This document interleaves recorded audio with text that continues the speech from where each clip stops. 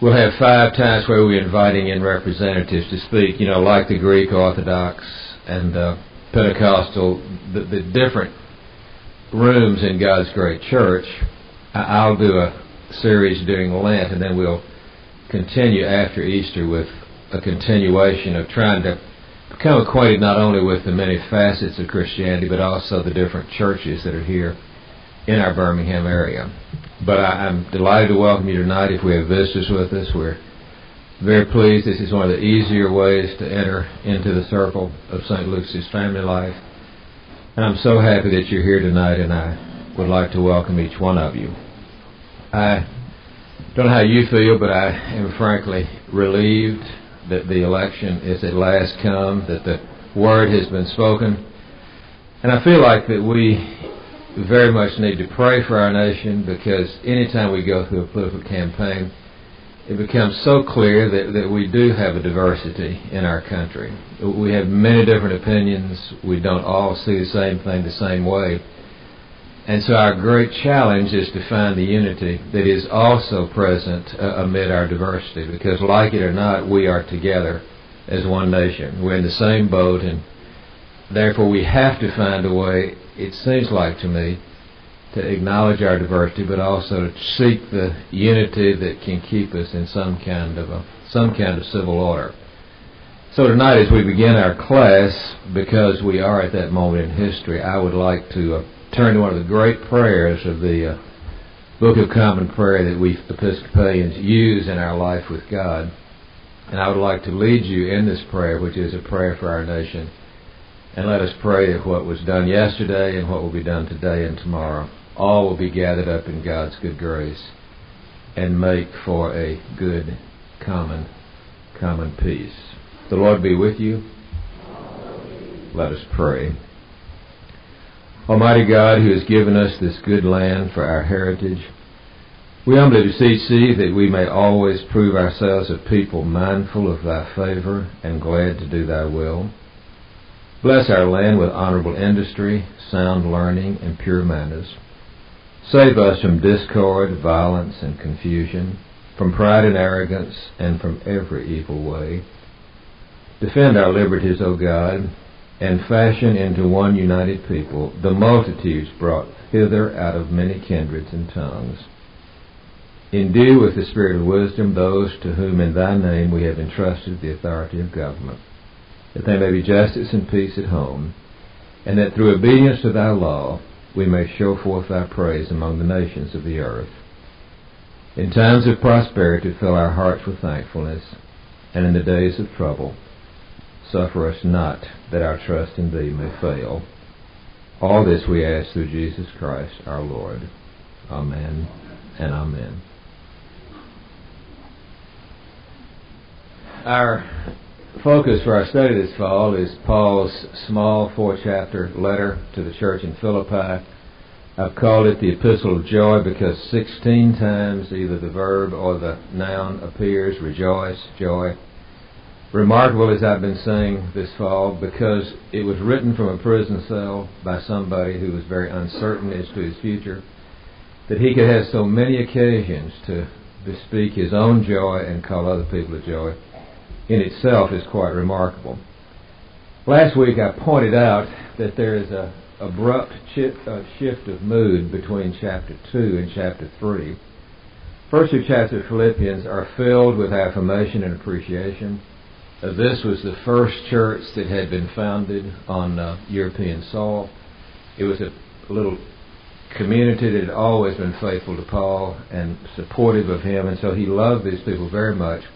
And so the first 2 chapters have all kinds of affirmation and affection and gratitude, and then suddenly, when we got to the beginning of the 3rd chapter, there is this harsh tone in which he says, beware of the dogs, evildoers, mutilators of the flesh, and then gives this scathing denunciation of some people he obviously felt were threats to the church. And I said last week, and I'll just simply mention it again, that some scholars think that what we may have in this little epistle is a collection of 3 letters that Paul wrote under different circumstances at 3 different times, and whoever later on was trying to gather his work together simply put them under the common rubric of being addressed to the Philippians. Or maybe he's sitting in his prison cell in Rome, and word reaches him about this new threat to the church in Philippi. And so the letter doesn't have to be a carefully reasoned treatise. It could have been just the sharing of an honest heart with another. And it really doesn't make any difference in terms of interpretation, because obviously there were some groups of people that were very threatening to the life that Paul had helped to birth in Philippi. And so he was very anxious to alert them to this and to attack them. Now remember, Paul is the kind of temperament that can feel so deeply about something that he could kill somebody who disagreed with him. He had been a persecutor of the church. And that fanatical temperament, though it had been brought under the influence of Christ, was still present. It was still the keyboard that the Spirit had to play on. And so he is vociferous in his words of condemnation against these people he calls dogs, evildoers, mutilators of the flesh. And I suggested last week that I believe from the whole context of the first part of the third chapter, it's clear that the group he is directing these words of warning against is a group called the Judaizers. These were Jewish people who honestly believed that the love of God was conditional. That is, that there's something we humans have to do to earn it, and there's something we humans do that can easily cause us to forfeit it, because, truth be told, the whole cone of responsibility falls on us.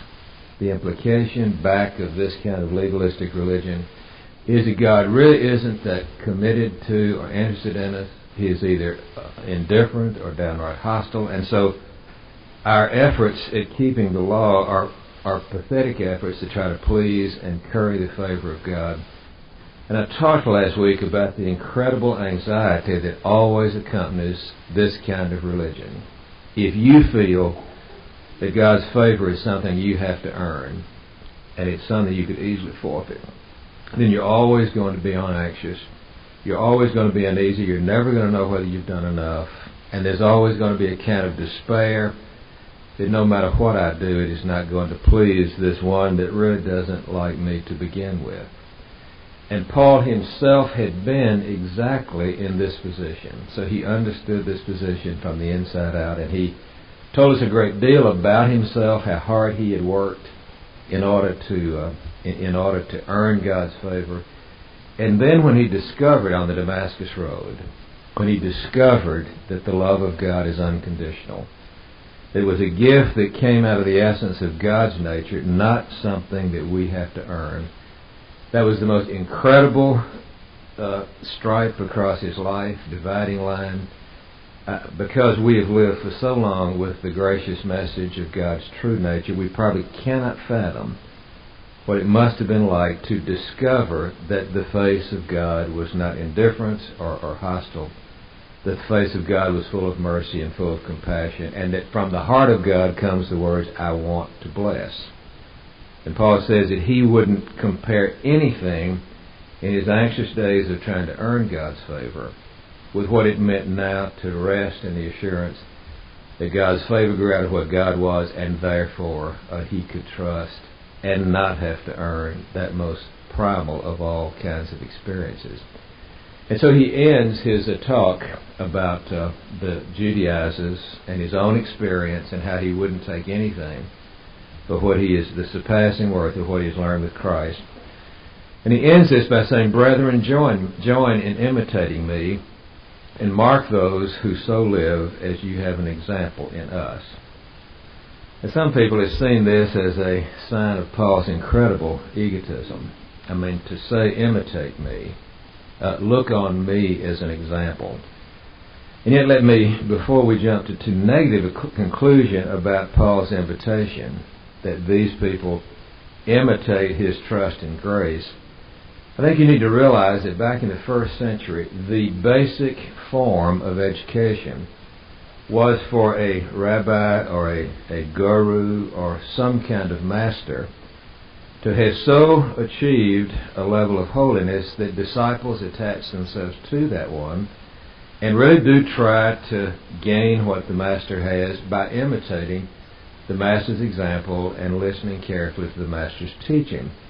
And therefore, the most basic form of learning, this was long before most people went to school, the basic form of learning was to find someone whose life impressed you and then get close enough to learn what that person was about and then to try to imitate that person. And I would remind you that our Lord, who was by no means an egotist, often used this particular way of this model of learning as one that he himself embraced. The basic thing he said to folk who were intrigued by him at first was, follow me. In other words, come and be close to me, share with me, listen to me, let me take what I am and have and share this with you as a gift. And in that way you can assimilate.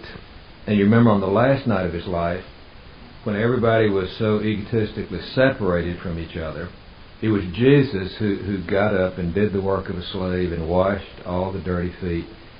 And then he resumed his posture at the table and said, I have set an example.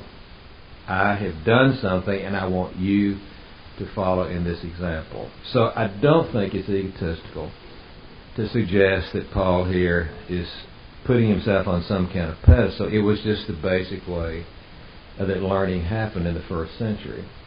The other thing I want to say is that, let's face it, the most compelling evidence to influence one life by another is when there is an excellence that is seen in a person, and that by virtue of what a person is, one is attracted to what that person is all about. I think that we just have to admit that the thing that really makes what a person believes and what a person stands for really compelling is when there is a congruence between what they say and what they do. Years ago I led a preaching conference over at Canoga. It's an Episcopal Retreat Center in North Carolina, and I asked the group the first night if they could identify some of the most memorable preaching events that they had been a part of. What sermons stand out, what moments of the preaching event have left the most lasting impression. And I was interested that night that rather than identifying a single sermon, most of the people there said, well, the most moving thing I ever remember in the sermon context was this individual. And it turned out that what the person said and what the person was so congruent that had a tremendous kind of impact. And I think we just have to admit that the people whose lives embody what they talk about, the people who have the kind of goodness that is tangible, that really is what is most compelling when it comes to really influencing someone else. I remember years ago when I first went into the ministry, somebody gave me the little poem, I'd rather see a sermon than to hear one any day. I'd rather one would walk with me than merely point the way. The eye's a better pupil and more willing than the ear. Fine counsel is confusing, but example's always clear. I may misunderstand you in the fine advice you give, but there's no misunderstanding how you act and how you live. A very salutary thing to give to a young man aspiring to become a talker about the Christian faith, because there's more to it than just putting it into verbal form. And so, rather than to look on this as good night, here's a consummate egoist who would dare to say, look, imitate me, realize that Paul is simply saying, in my life as I lived it among you, I really tried to model what it means to trust in God's grace rather than to trust in my own earning. And whatever else you can say about Paul, and he certainly did have his warts like every other human, whatever else you can say about Paul, he really had come to the place after Damascus that it was what God had done for him in Jesus Christ, not what he could do for God in terms of earning favor that was the central dynamic of his life.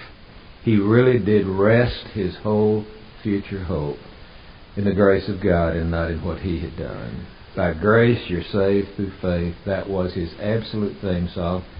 And I think that he modeled it, and so I think he could say with a measure of satisfaction, as you've seen me trust what God has done and what God is, not what I do, this I think would be a good way for you to model your own life. But then having concluded his warning about the Judaizers, these people who were trying to earn their way into God's favor, he launches into another attack because it turns out that there were two threats to the life in Philippi, not just the Judaizers, but also another group of people, and this is the way he describes them. For many, of whom I have often told you, and now tell you even now with tears, there are many who live as enemies of the cross of Christ. Their end is destruction, their God is their belly, they glory in their shame, and their minds are set on earthly things. Once again, this is a very, very serious threat to the life of the little parish that he had formed there in Philippi. And these are pretty stringent criticisms. Enemies of the cross. Their end is destructive. Their God is their belly, or their belly is their God. I guess you could turn it either way. They glory in what they ought to be ashamed of, and they set their minds exclusively on earthly things. Now, who does Paul have in mind, and what is this kind of threat? Well, my sense is, from just putting together all of these metaphors, that he is talking about a group of libertine sensualists, people who were the polar opposites of the Judaizers. Now, the Judaizers tried to keep the law in every aspect of its minutiae, so that they could, by their righteousness, earn their way into God's favor. There were other people who had gone to the opposite extreme and said, okay, if God's love is unconditional, if there really isn't anything I have to do to make God love me any more than God already loves me, if there's nothing I can do to make God stop loving me, what the hell? I mean, just let's live any way we want to. Let's do anything with our bodies and our minds. What difference does it make if God's love is everlasting, and if there's nothing that we can do to change it? Then we don't have to discipline our appetites. We don't have to put any kind of control on our sexuality or our appetites for eating or the way we treat other people or animals. We can simply live a life of total irresponsibility because, as the French cynic said, let God forgive us if we do things wrong, because that's his business. That's what he's supposed to do. And so here we have the opposite of these uptight, anxious people who are trying to earn their way into God's favor. Here are the unbuttoned. Here are the people who have simply let themselves go in terms of all their physicality, in terms of all of their appetites, and they were living lives of hedonism. They were involved in all kinds of sexual aberrations. They were having sex with animals, with women, with men. There was every kind of physical excess, every kind of thing that you can imagine. And this was as much a perversion of what St. Paul was talking about as these poor folk who thought they had to earn what in fact was theirs by inheritance. Now, the truth is, God does give us God's love out of what God is. But God has put creation together in a certain way, according to the laws of love. And the way creation works toward the purpose for which God has created is if we use it in the way that God intended. You've heard me say again and again on Wednesday night, everything bad is something good misused. Everything that is destructive and evil could have been a good thing if it was used the way God intended for it to be used. But if we take it and do with it whatever we please, then what God meant as an instrument of blessing can become terribly, terribly cursing. And our physical appetites, and particularly our sexuality, if it is ripped out of the context in which God intended for it to be practiced, can become perhaps as damaging and destructive an absolutely evil aspect of our lives as anything. Many of you may remember years ago a book by Ernest Becker called The Denial of Death. It was a highly celebrated book. In fact, I believe it won a Pulitzer Prize. And in the book, which is a book really about anthropology, about human nature, Ernest Becker says that our great, great human challenge is how do we orchestrate the incredible diversity that is a part of our human makeup. That is, how do we take these immensity of capacities that have been given to us human creatures, and how do we orchestrate this into some kind of meaningful harmony?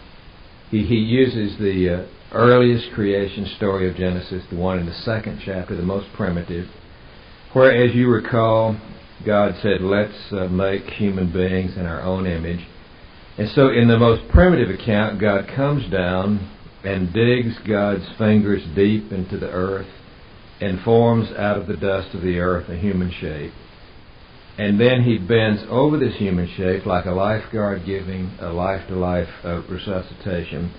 And God breathes the mystery of God's life, God's animism, into this shape of dust. Now, these are highly metaphorical images that suggest that we humans at once are drawn from the depths of the earth. We're akin to everything that is plant life and animal life. We are drawn from all the physicality and all the emotionality that make up the deepest reaches of creation.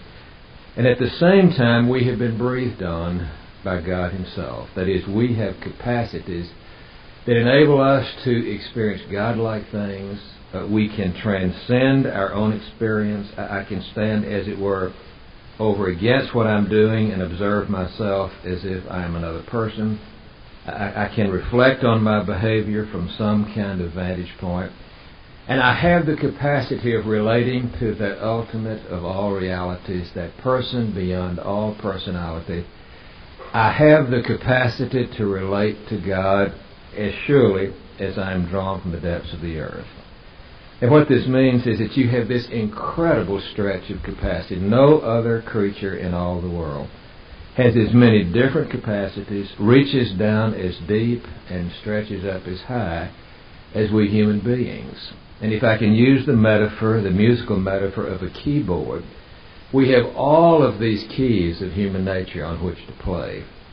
Now, Becker says in this very, very famous book that our great temptation, the challenge, remember, is to orchestrate this diversity. Our great temptation is to fractionalize the immensity of our capacities and only play on some of the keys and not all of the keys. That is, to focus on just a fraction of what we've been given and try to ignore or repress all the rest. Now, two examples of this are what the Victorians did in what can be called the angelic fantasy. The Victorians were so enamored with the human capacity for making beauty and responding to goodness and the godlike characteristics that really are part of our makeup. They were so entranced with that high reach of human creativity that they were really embarrassed about body and emotion, about physicality. They simply didn't want to have anything to do with the bodily aspects of human experience. They wanted everything to be in that upper angelic register of where we were connected to the sky. And that Victorian fractionalization of our human nature, that has come down. That is certainly a big part of my particular family system. My grandmother and my mother were true Victorians. They never mentioned sexuality. They never talked about the body. My mother used to say that her favorite sister-in-law, the wife of her younger brother, she said, what I love about Sis May, that was the name she called him, said, what I love about Sis May is that she never uses that horrid word pregnant. She just has her children and doesn't say anything about it, and I really like that. Now, I think today we're in a so much healthier framework when that kind of denying anything physical is the way that we try to look at ourselves. I was greatly moved by a young couple in our parish who had two children and were expecting a third child, and they, in the wonderful freedom that I think is so healthy, took the two existing children into this wonderful creative process and said that a new child was on the way, and they let the little children feel the baby moving in the mother's womb.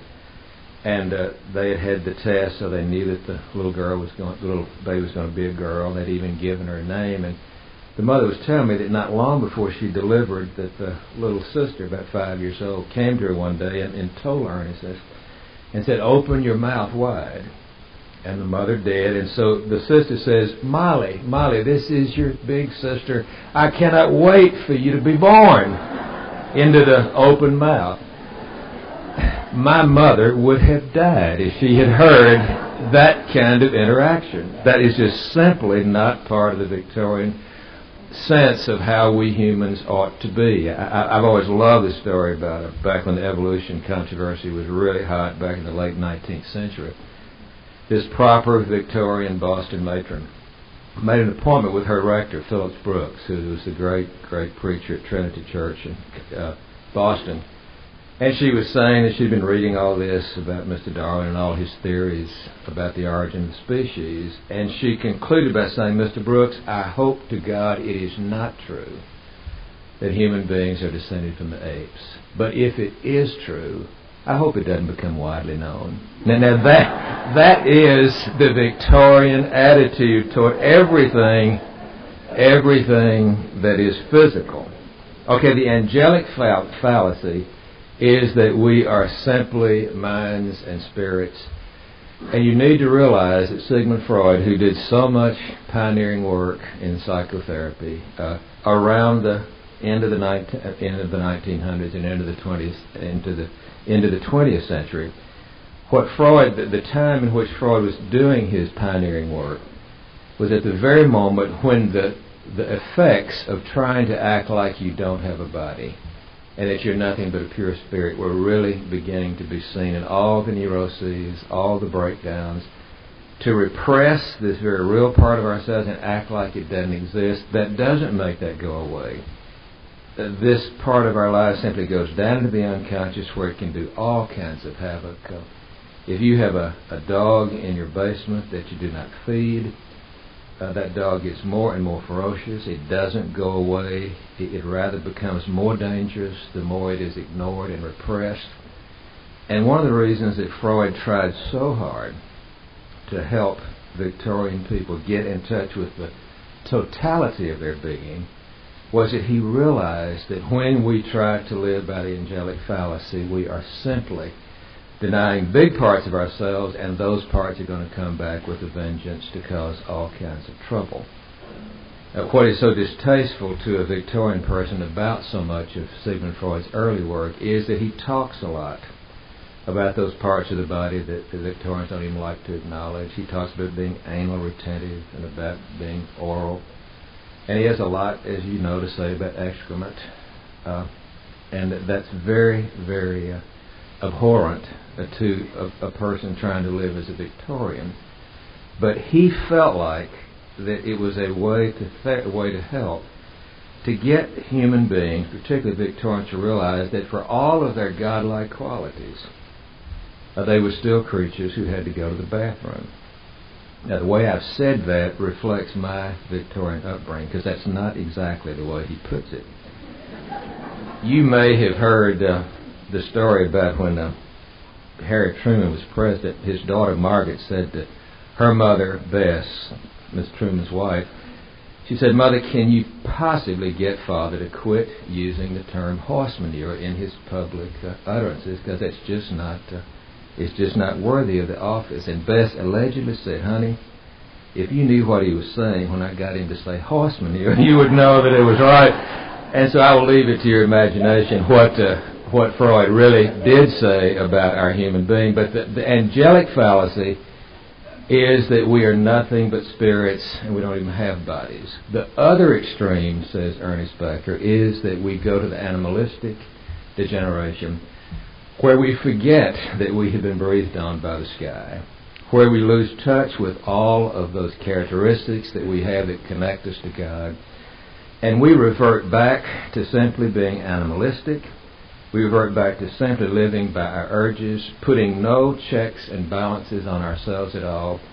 The animal kingdom knows nothing of delayed gratification. The animal kingdom tends to live when I want it, as I want it, and to live with nothing but the drive of urges, to not take into account what's this going to do to the other person, how is it going to affect the other, what is it going to do to me. That leads to a falling short of what it means to be a human being, as the angelic fallacy.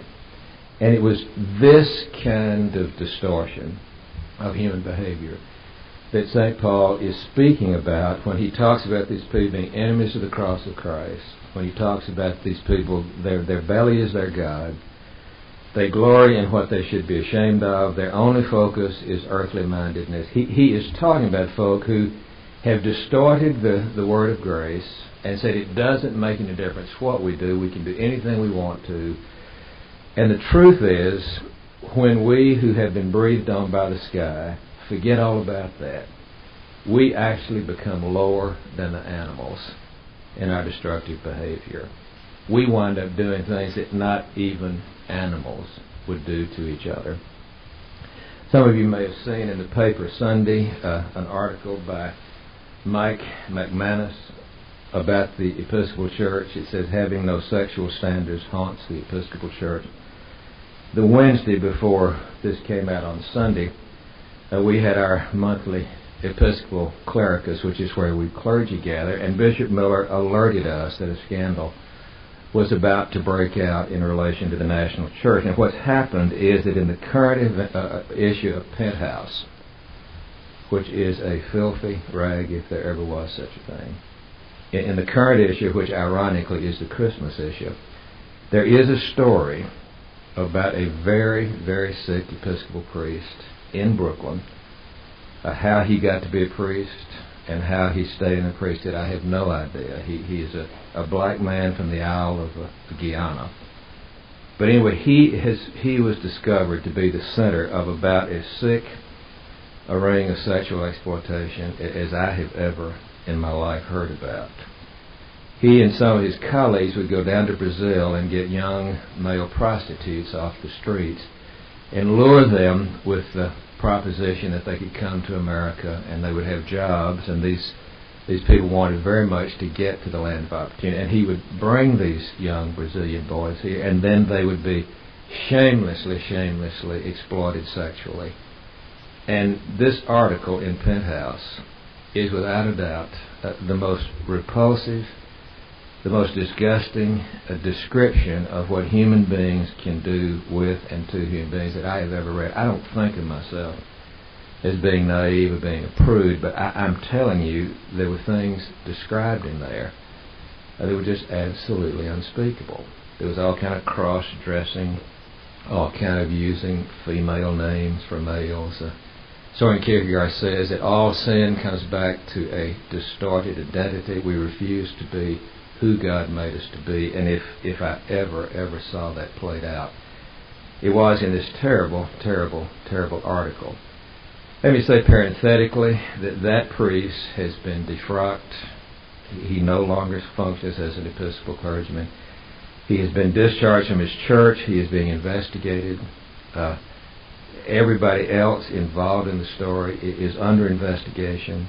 This is not reflective of the behavior of most priests, and it is certainly not what the Episcopal Church stands for. It is most regrettable. I need to tell you that Mike McManus hates the Episcopal Church. So read with a grade of judgment whatever he writes about us, because there's something about us that really sends him into orbit. If he can find any chink in our armor, I promise he's going to do it. Nonetheless, this did happen. I regret with all my heart that somebody like me who wears the collar could have descended to this kind of human exploitation. The National Church is going to do everything in its power to investigate and not to let this kind of thing happen again.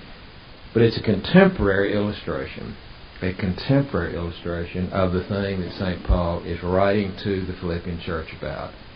And that is that people that somehow have the notion that they can do anything that they want to, that it doesn't matter the way we use our bodies, it doesn't matter what we do with our strength, and that is not so.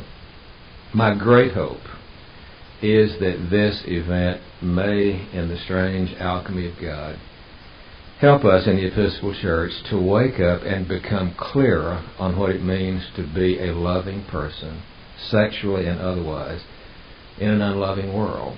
We have been, because we don't tend to be dogmatic and legalistic. We have perhaps allowed that to become a kind of malaise that is not really healthy. We're going to elect a new presiding bishop this summer. Pray God someone will be elected to lead us that will have a clearer sense of what it means to be an authentic, loving Christian human being as we move into the 21st century. Maybe this will help us in the long run to get our own house in better order. But tonight my reason for bringing it up is that here is exactly what St. Paul was directing his warnings to. And any time you run into anybody that says it really doesn't matter what you do with your body, that because God's love is unconditional, it doesn't matter, please know that that is an exceedingly anti-Christian, and it's ultimately a very inhuman, unhuman kind of statement. Paul ends by saying that we've got to remember that our citizenship, that is, our true destiny, lies in heaven. These physical bodies that we've been given are magnificent instruments, but we were never meant to live in these physical bodies forever. They are instruments that God has provided with us that we might grow in our power to know love and to express love. The other day I was trying to help some children whose grandfather had died, and we were burying his remains, and I tried to liken what we were leaving in the cemetery to the diapers in the baby bed that served a real purpose at a certain stage in life, but were the things that we outgrow and move on. Our physical bodies, for all of their wonderful capacities, these were never meant to be worshipped as some kind of god, because our physical bodies will eventually go back into the deep reaches of the earth. And according to St. Paul, and he says more about this in other of his letters, he believed we were going to be given an instrument for our spirits to grow in truthfulness, in love, and in beauty. That we were going to be given a spiritual body after we die physically that would be more appropriate for the kind of life that God wants for us. In other words, we are going to be given a vehicle equipped for the next life that would be every bit as appropriate as this physical organism is a vehicle equipped for our living in time and space. Now, when I was 3 months in my mother's womb, if you had tried to explain to me what this world was like, I would not have been able to understand it. And so it would have been pointless to try to describe for me life outside the womb. So the fact that I can't give you detailed information on what the next life is going to be like and what the spiritual body that St. Paul speaks of, particularly in 1 Corinthians, what that body is going to be like, that is to be expected. We haven't gotten there yet. But I promise you, it will be as appropriate and in continuity with what we are now as our physical bodies outside our mother's wombs are in continuity with the fetus that began inside our mother's bodies. In other words, God's love is given to us in increments. And Jesus said, as he was getting ready to leave time and space, I go to prepare a place for you, and if I go, I'm going to come back and receive you and go with you so that you can be with me always. And there's something wonderful about I'm going to prepare a place for you, which suggests to me I'm going to make for you that perfect vehicle of the Spirit, where you will know truth and have the capacity to love and will be able to participate in beauty and goodness. In other words, I think our being breathed on by the sky is the eternal part of us. And our physical bodies serve a wonderful function of moving us along towards spiritual maturity, but they were never meant to be anything permanent, and they're certainly not something that are to be worshipped. Our true destiny lies beyond time and space. I don't think we die personally when our bodies die. I think that most essential thing about us, our life personality, will find another appropriate vehicle for its growth as surely as the fetus found in the body an appropriate instrument for time and space.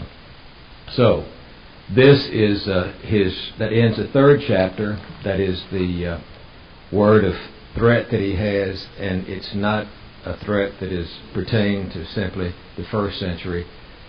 As the McManus article reminds us, please don't buy a penthouse. It'll turn your stomach.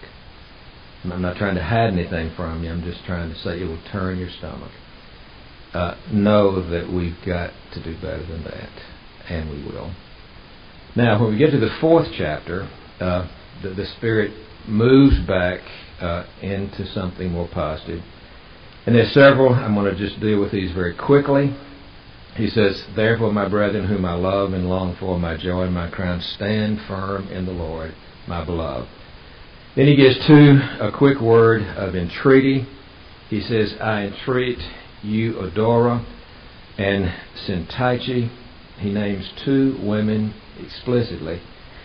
And he said, "I entreat you to agree in the Lord." And then I ask you, my true yokefellows, to help these women, for they labored side by side with me in the gospel with Clement and the rest of my fellow workers. Evidently, there had been a squabble between 2 prominent women in the church.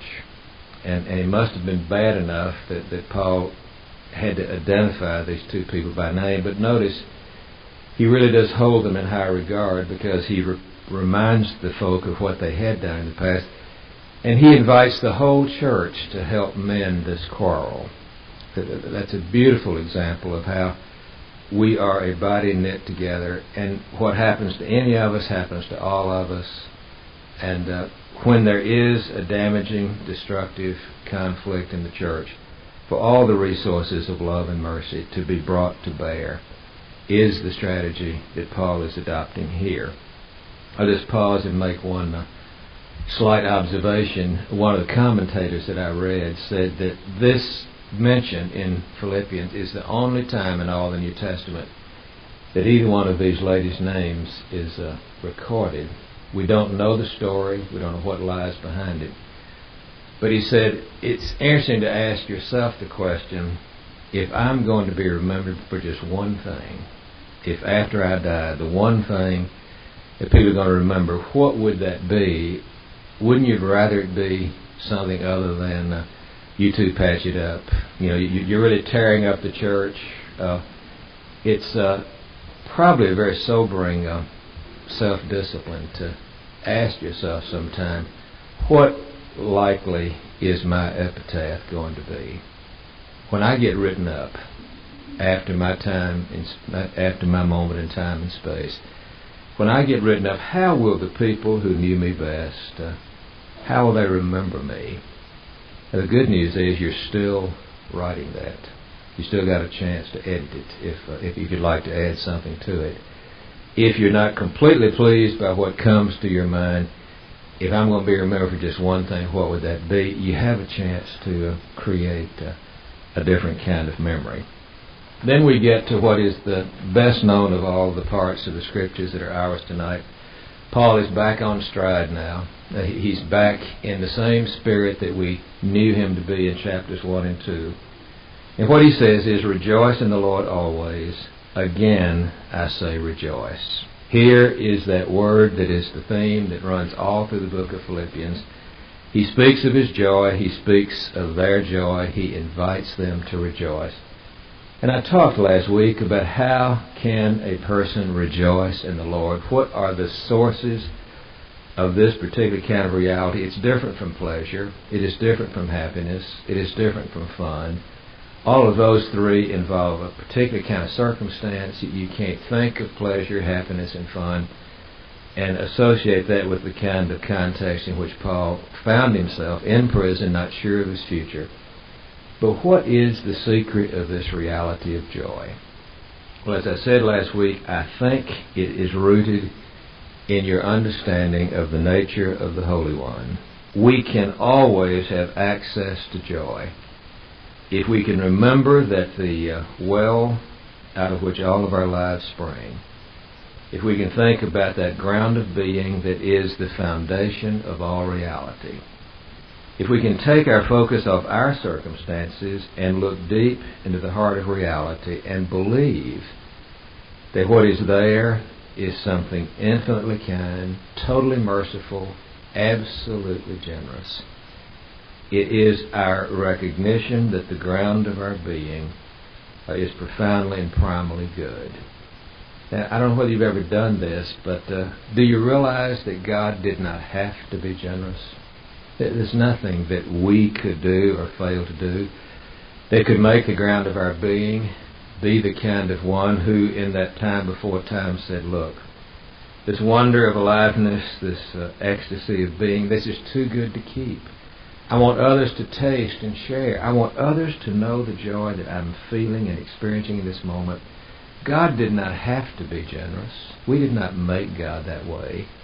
Therefore, an abiding occasion of rejoicing is that the holy is what the holy is. God did not have to be generous. God did not have to be merciful. God did not have to look on all of our abuses of our power and say, I want them to do better, and I still have hope for them, and I'm not going to blow the whistle on them yet. I'm going to do everything I can to take what is bent and get it straightened out. I still want them to know joy. God's love did not have to be unconditional. The fact that it is the occasion of incredible astonishment and great gratitude. That God is what God is the occasion of bottomless rejoicing. Then he says, have no anxiety. The second thing he says is, let all men know of your forbearance. This is a simple, quick thing. Kind of goes back to for what will you most be remembered. The term forbearance is kind of hard to translate in the Greek. I think you get at it best when you interpret this as the forbearing person is the person who knows when to be just and when to be merciful. The person who has that exquisite sense of what is appropriate in a given moment that will help the other person to grow and help the other person to experience real joy. Disheveled, anxious, frightened-looking woman, clothes in hand, and said to Jesus with wide-eyed astonishment, we just caught this woman in the act of adultery. She was doing it. We saw her do it. And we know what Moses says ought to be done to this kind of one. What do you say? Well, it was a setup for Jesus, a setup to try to get him on the spot. It was an incredibly insensitive thing to do to this woman.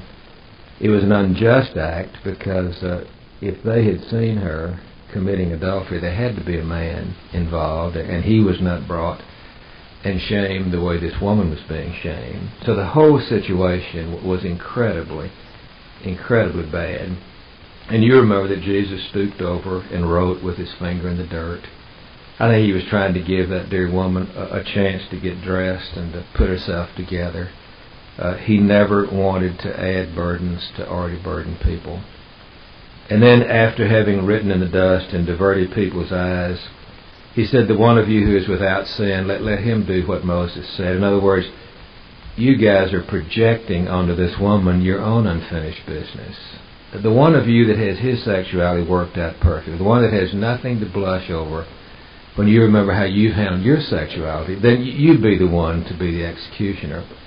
And they got the point that really the beam in their own eye was more immediately in need of her work than the mote in her eye. And so they disappear.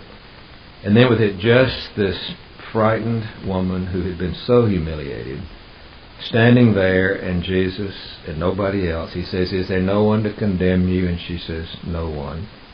He says, neither do I condemn you. Go and sin no more. Jesus realized that she had learned her lesson. He realized that what had happened to her was so painful. Chances are she would never again abuse her sexuality in that way. And so seeing that she had learned her lesson, he wasn't interested in adding more punishment and more condemnation, but sure that she hadn't let this be wasted on her.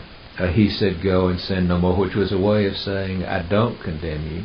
You can do differently. You have better stuff in you than this moment reflects, and I am betting on your future. I'm not going to hold your past against you. He gave her the gift of another chance. Now that's forbearance. It's knowing when not to heap more condemnation, when for the growth of another they've had enough. They've learned their lesson, and so what they need is hope and encouragement, not greater condemnation. And so that's the way he's saying, let you who have received the unconditional mercy of God, let that be the way you relate to other people. And then he goes on to that famous statement, the Lord is at hand. what he means by this is, he could either mean that Jesus is about to come back, or he is suggesting that if we could just remember that everywhere we are, Jesus is there with us. Everywhere we go, the Holy One goes before us. If we could just keep in remembrance that the Lord is as close as breathing, nearer than hands and feet, then that could be the occasion of our unbending and undying joy. Now, you know there are people, when you're with them, that make it easier to do evil or make it easier to do good, given what they are. There are people who, in their companionship, you would not think of doing despicable things, just as there are people who make it easy by their seductiveness for you to do all kinds of things that are difficult. Well, if you could envision that Jesus Christ is your constant companion, that you never go anywhere, that mysterious and invisible one does not go before you and go beside you, if we could just think of ourselves as in the presence of this one at all times and under all circumstances, be a great, great resource for the living of our days. The last thing he says is, have no anxiety about anything. Would that not be great, to be able to live? The Rabbi Ed Friedman, who's written a wonderful book, From Generation to Generation, says the premier quality of a good leader is being a non-anxious presence. Somebody who is involved, who is with people, but is not crippled by anxiety, who is aware, clear-sighted, able to cope with whatever may come. This would be a wonderful way to live. Have no anxiety about anything. Don't ever let yourself get shaky or ever let yourself be anxious. Now, how on earth do we ever get to that kind of lifestyle? Well, the end of our lesson tonight gives several very specific ways to move toward becoming a non-anxious presence. He says, in everything, by prayer and supplication with thanksgiving, let your requests be made known to God. Here he says, in everything, that is, with everything that makes up your life, by prayer and supplication with thanksgiving, make your requests known to God. Now, what he's saying is that we can bring all that we are and all that we face.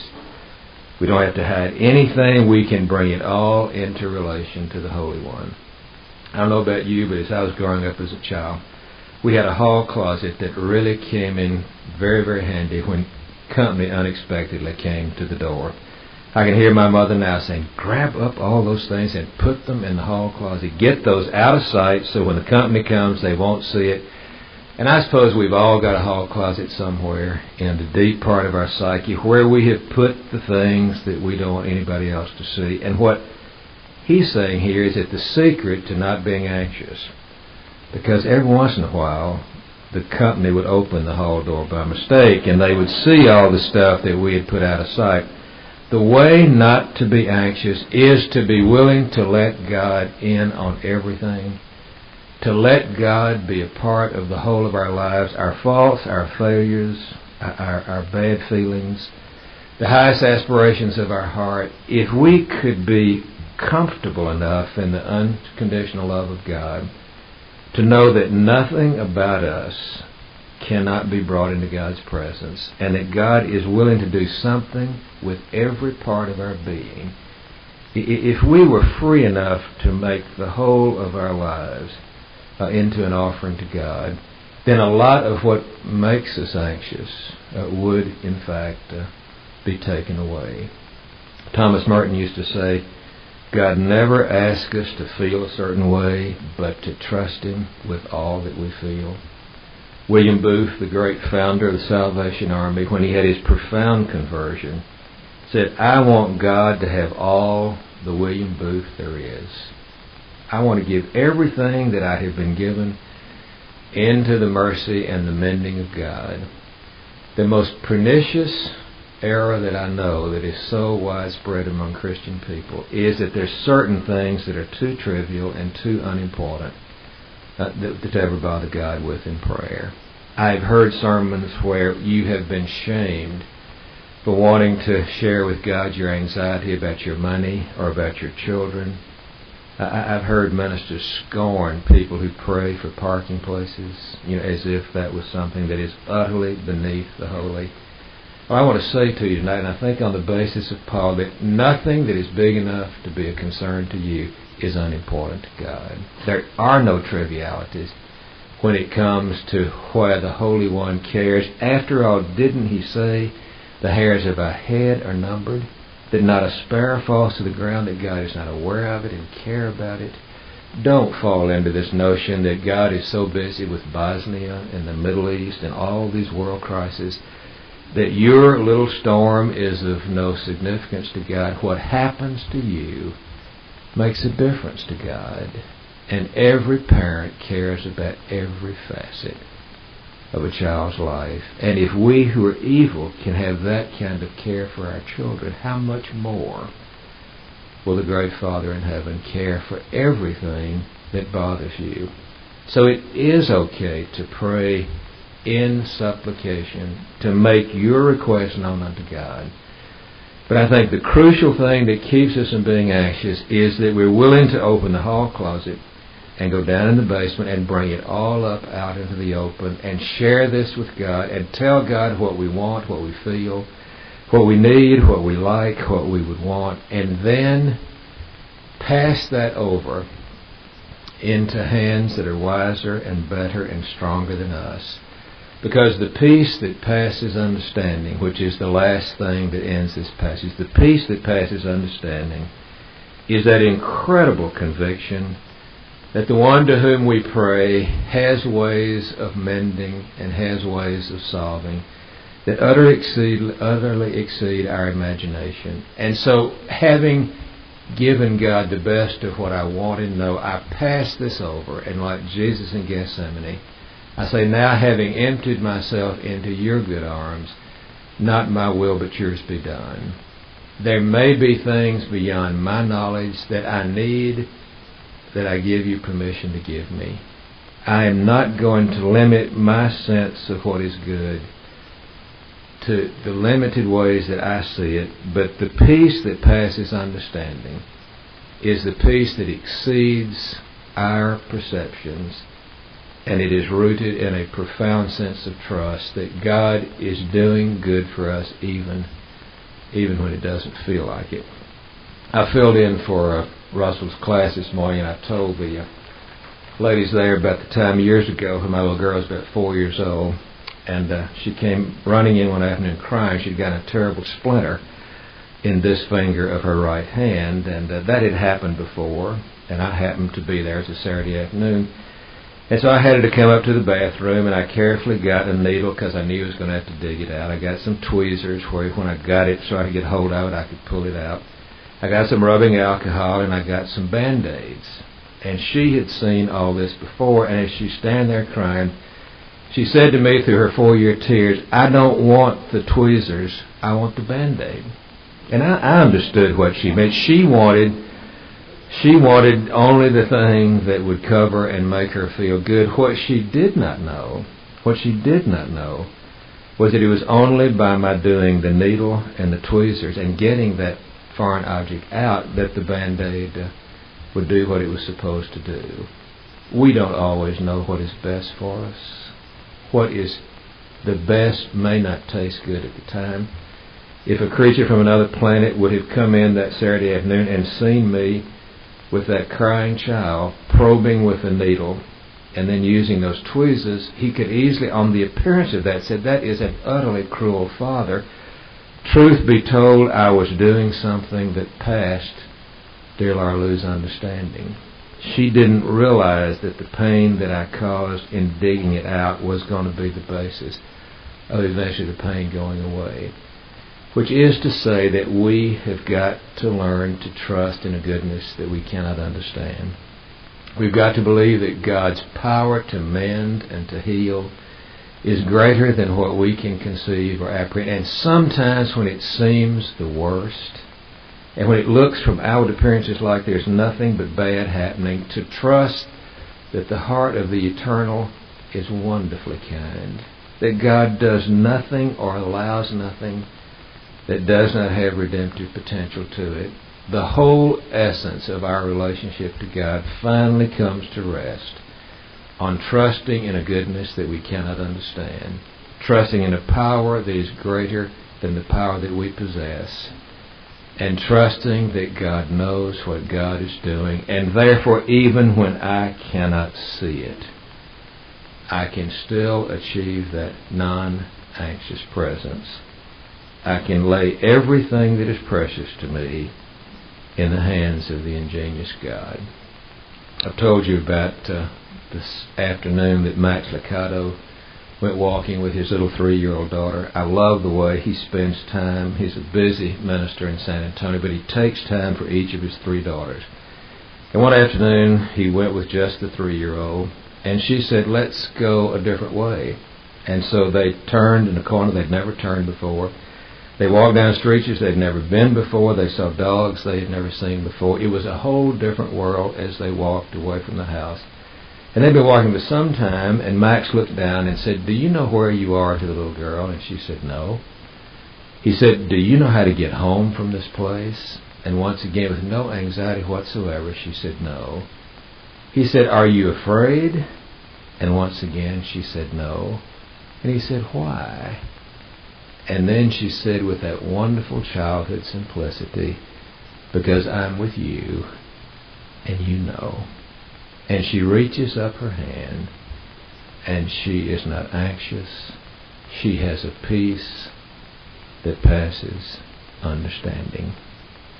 And the name of that peace, the root of that peace,